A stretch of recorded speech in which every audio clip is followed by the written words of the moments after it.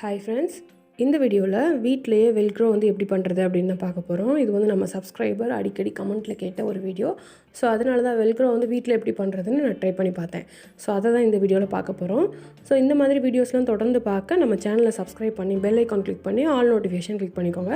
அப்போ தான் video post பண்ண உடனே உங்களுக்கு நோட்டிஃபிகேஷன் வரும். ஃபஸ்ட்டு வந்து பார்த்திங்கன்னா ஒரு துணி பை எடுத்திருக்கேன். இந்த மாதிரி ஒரு துணி பையை எடுத்து நீங்கள் எந்த சைஸில் வெல்க்ரோ வந்து ரெடி பண்ண போகிறீங்களோ அதுக்கேற்ற மாதிரி கட் பண்ணி எடுத்துக்கோங்க. நான் வந்து ரெட்டையாக தான் கட் பண்ணியிருக்கேன். அப்போ கொஞ்சம் திக்னஸாக இருக்கும்ல, ஸோ அதுக்காக நான் வந்து ரெட்டையாக தான் கட் பண்ணி எடுத்திருக்கேன். அதை வந்து நம்ம இந்த மாதிரி ஃபெவிகால் யூஸ் பண்ணி ஒட்டிடலாம். அடுத்து வந்து நம்ம ஃபஸ்ட்டு கட் பண்ணியிருக்கோம்ல அந்த பீஸ் அளவுக்கே நமக்கு இன்னொன்று தேவை. ஸோ அதனால் அதே துணிப்பையில் வந்து நான் இன்னொரு டைம் வந்து அதே அளவாக வச்சு கட் பண்ணிக்கிறேன். இதுக்கு வந்து நீங்கள் என்ன கலரில் இருக்கிற துணிப்பை வேணாலும் யூஸ் பண்ணிக்கலாம். ஸோ இந்த மாதிரி கட் பண்ணிவிட்டு இதையுமே ஃபெவிகால் யூஸ் பண்ணி நம்ம ஒட்டிடலாம். இதுக்கு நீங்கள் ஃபெவிபான், க்ளூகன் எதுனாலும் யூஸ் பண்ணிக்கலாம். நமக்கு வந்து அந்த ரெட்டையாக இருக்கிறத ஒட்டணும். ஸோ அதனால் இந்த மாதிரி ஒட்டிட்டு இதை வந்து ஒரு 2 மினிட்ஸ் காய விட்டுருங்க. இது வந்து காஞ்சதுக்கப்புறமா நம்ம ட்ரெஸ் எல்லாம் வாங்கும்போது ஸ்பாஞ்ச் ஷீட் இருக்கும்ல, அது வந்து எடுத்திருக்கேன். ஸோ அதை தான் நம்ம வந்து ஒரு இதில் ஒட்ட போகிறோம். ஸோ இதுக்கு வந்து நீங்கள் ஃபஸ்ட்டே அதோட ஷேப்புக்கு ஏற்ற மாதிரி, அதாவது நம்ம துணிப்பையிலேருந்து ரெடி பண்ணியிருக்கோம்ல அந்த ஷேப்புக்கு ஏற்ற மாதிரி நீங்கள் கட் பண்ணிவிட்டு அப்படியே கூட ஒட்டிடலாம். அல்லது அது மேலே வந்து இந்த மாதிரி ஃபெவிபாண்ட் அப்ளை பண்ணிவிட்டு அந்த ஸ்பாஞ்ச் ஷீட்டை அது மேலே ஒட்டிட்டு அப்புறமா அதோட சைஸுக்கு ஏற்ற மாதிரி நீங்கள் கட் பண்ணி எடுத்துக்கலாம். ஸோ இந்த மாதிரி இது மேலே வந்து நம்ம வந்து ஒட்டிடலாம். ஸோ நம்ம வந்து ஃபஸ்ட்டு நிறைய பேஸ் மெட்டீரியல்ஸ் வந்து ரெடி பண்ணிவிட்டு அப்புறம் வந்து லாஸ்ட்டில் எது நமக்கு எந்த அளவுக்கு ஒர்க் அவுட் ஆகுது அப்படின்ட்டு செக் பண்ணி பார்க்கலாம். ஃபஸ்ட்டு வந்து நம்ம ஒன்று ரெடி பண்ணியாச்சு.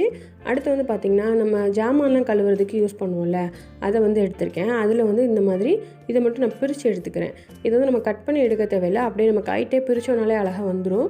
ஸோ நம்ம துணிப்பையிலேருந்து ஒன்று ரெடி பண்ணியிருக்கோம்ல அதோட சைஸுக்கு ஏற்ற மாதிரி ஒன்று வந்து இதுலேருந்து கட் பண்ணி எடுத்துக்கிறேன். இதையுமே நம்ம வந்து ஃபெவிபாண்ட் யூஸ் பண்ணி அப்படியே ஒட்டிடலாம். இந்த க்ரீன் கலரில் இருக்கிறதுமே உங்களுக்கு தனியாகவே கிடைக்கும். இந்த மாதிரி ஸ்பாஞ்ச் இல்லாமல் அதை கூட நீங்கள் யூஸ் பண்ணிக்கலாம். நம்ம ஆல்ரெடி யூஸ் பண்ணது இருக்கும்ல அதை கூட எடுத்து யூஸ் பண்ணிக்கலாம். அதில் வந்து பார்த்திங்கன்னா அந்த இது ரொம்ப சாஃப்டாக இருக்கக்கூடாது. நம்ம புதுசாக வாங்கும்போது ஒன்று போல் இருக்கும்ல, ஸோ அது வந்து நமக்கு அந்தளவுக்கு ஒர்க் அவுட் ஆகாது. ஸோ அதனால் அதில் வந்து இந்த மாதிரி கைட்டு மேலே நீங்கள் இழுத்து விட்டுட்டு அதுக்கப்புறமா ஒட்டிக்கோங்க. அப்போ தான் அதில் வந்து கொஞ்சம் குத்துற மாதிரி தெரியும். அதுக்காக அந்த மாதிரி மேலே இருக்கிறத வந்து கொஞ்சம் இழுத்து விட்டுட்டு அப்புறமா ஒட்டிக்கோங்க. இது வந்து ஒட்டுறதுக்கு நம்ம ஃபெவிபாண்டோ அல்லது க்ளூகனோ யூஸ் பண்ணிக்கலாம். அப்போ தான் இது வந்து நிற்கும். ஃபெவிகாலுக்கு வந்து அந்த அளவுக்கு நிற்காது. ஸோ இந்த மாதிரி ஒட்டி செகண்ட் பேஸ் வந்து நம்ம ரெடி பண்ணியாச்சு. அடுத்ததாக பார்த்திங்கன்னா 3வது பேஸ்க்கு வந்து அந்த துணிப்பையில் சின்னதாக கட் பண்ணியிருக்கேன். ஸோ நமக்கு எந்த சைஸில் தேவையோ அந்த அளவுக்கு நம்ம கட் பண்ணி ரெடி பண்ணிக்கலாம். நான் வந்து செஞ்சு காமிக்கிறதுக்கு சின்னதாகவே கட் பண்ணி எடுத்திருக்கேன். இந்த துணிப்பையில் பார்த்திங்கன்னா சணல் கயிறு இருக்கும் பார்த்திங்களா, இந்த மாதிரி அந்த கயிறை வந்து இது மேலே நான் வந்து ஒட்ட போகிறேன். ஸோ அதாவது அந்த துணியில் வந்து நல்லா ஃபெவிபாண்டோ க்ளூகனோ அப்ளை பண்ணிக்கோங்க. அது மேலே வந்து அப்படியே நேராக நம்ம நிற்க வைக்கிற மாதிரி அந்த கயிறை வந்து நிற்க வைக்கணும். நிற்க வச்சுட்டு அதுக்கப்புறமா அதை குட்டியை கட் பண்ணி விட்டுறணும். திருப்பியும் அந்த கயிறை வந்து அது மேலேயே அந்த கம்மு மேலேயே வச்சு அது கொஞ்சம் ஒட்டினதுக்கப்புறமா அதை வந்து கட் பண்ணி விட்டுறணும். ஸோ இந்த மாதிரி நம்ம தொடர்ந்து ஒட்டும்போது அந்த துணி ஃபுல்லுமே அது கவர் ஆகிற அளவுக்கு ஒட்டணும். அதே நேரத்தில் அந்த கயிறு வந்து பார்த்திங்கன்னா நேராக நிற்கணும். நம்ம கை வச்சு நம்ம கையில் வந்து குத்துற மாதிரி இருக்கணும். ஸோ அந்த மாதிரி அதை வந்து ஒட்டிக்கணும். இன்னொரு தடவை கூட அதில் ஒட்டி காமிச்சிருக்கேன் பாருங்கள். கயிறை வந்து அப்படியே நேராக நிற்க வைக்கணும்.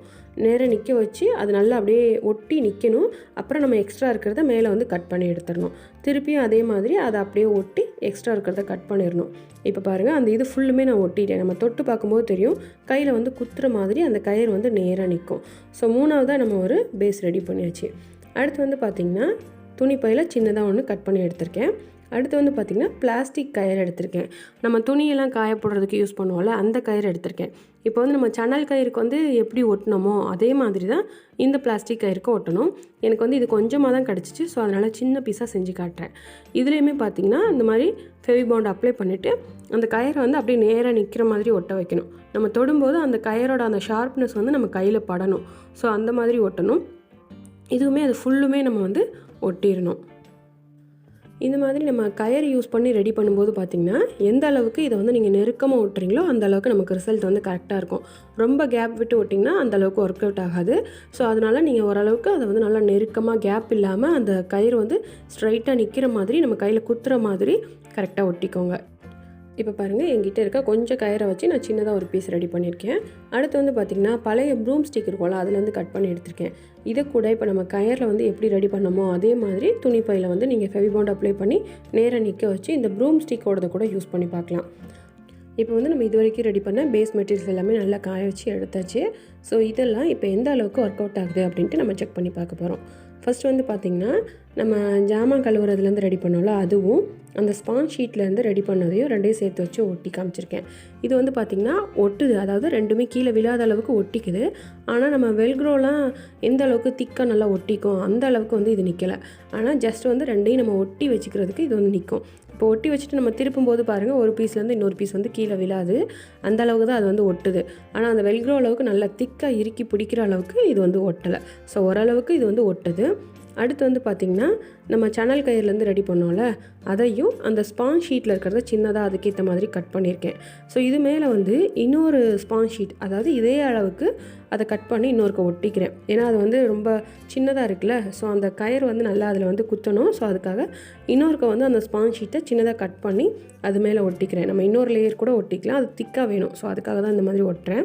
ஒட்டிட்டு இப்போ பாருங்கள், அந்த சணல் கயிறை வந்து இதில் வந்து அழுத்தும் போது அழகாக வெல்க்ரோ மாதிரி இது வந்து ஒட்டிக்கிச்சு. ஸோ பாருங்கள், ரெண்டு பீஸும் தனித்தனியாக வெளில சேர்ந்துக்குச்சு, வெல்க்ரோ மாதிரி நமக்கு பிரிக்கிற மாதிரியே வருது. ஸோ இது வந்து ஓரளவுக்கு நமக்கு நல்லாவே ரிசல்ட் வந்திருக்கு. ஸோ இதில் வந்து நீங்கள் கண்டிப்பாக ட்ரை பண்ணி பார்க்கலாம். அடுத்து வந்து பார்த்திங்கன்னா நம்ம பிளாஸ்டிக் கயர்லேருந்து பண்ணோம்ல, அதையும் ஸ்பாஞ்ச் ஷீட்டில் வந்து 2 லேயராக ஒட்டினோம்ல, அதையும் எடுத்திருக்கேன்.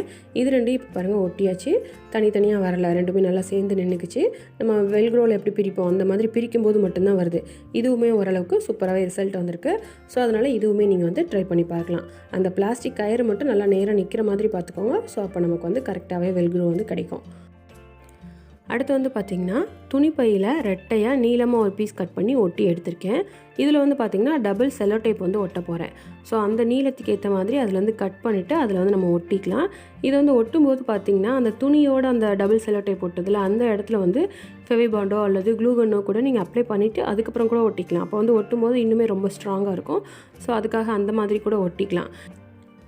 இதை வந்து பார்த்திங்கன்னா நம்ம ஃபஸ்ட்டு ஜாமான்களை ஒரு ஸ்க்ரப்பர்லேருந்து ரெடி பண்ணோம்ல, அதோட சேர்த்து வச்சு ஒட்டி பார்க்க போகிறேன். ஸோ இது வந்து பார்த்திங்கன்னா ஒரு நிஜமான வெல்க்ரோ வந்து நம்ம பிரிக்கும் போது எப்படி இருக்கும், கொஞ்சம் கொஞ்சமாக பிரிஞ்சு வரும்ல, ஸோ அந்த மாதிரி கரெக்டாக வந்துச்சு. ஸோ இது வந்து ஒரு சூப்பரான ரிசல்ட்னே சொல்லலாம். டபுள் செல்லோ டேப்பை வந்து ஒட்டும்போது 2 பக்கமே ஒட்டுமே அப்படின்னு நீங்கள் யோசிக்கலாம். ஆனால் நம்ம பேப்பரில் இதிலலாம் ஒட்டும்போது பேப்பரோடு சேர்த்து வச்சு அது ஒட்டிடும். ஆனால் இதில் வந்து பார்த்திங்கன்னா நமக்கு வந்து ஒரு பக்கம் வந்து துணி இருக்குது, ஒரு பக்கம் அந்த ஜாமான்களோட ஸ்க்ரப்பர் இருக்குது. ஸோ அதனால் இந்த மாதிரி கூட நம்ம வந்து வெல்க்ரோ ட்ரை பண்ணி பார்க்கலாம். அடுத்து வந்து பார்த்திங்கன்னா நம்ம ஸ்பாஞ்ச் ஷீட்லேருந்து ரெடி பண்ணோம்ல, அதை வந்து இந்த டபுள் டேப் இதோடு சேர்த்து வச்சு ஒட்டி பார்த்தேன். ஸோ இதுவுமே அழகாக வெல்க்ரோ மாதிரி நமக்கு பிரிக்கிறதுக்கு கரெக்டாக இருந்துச்சு.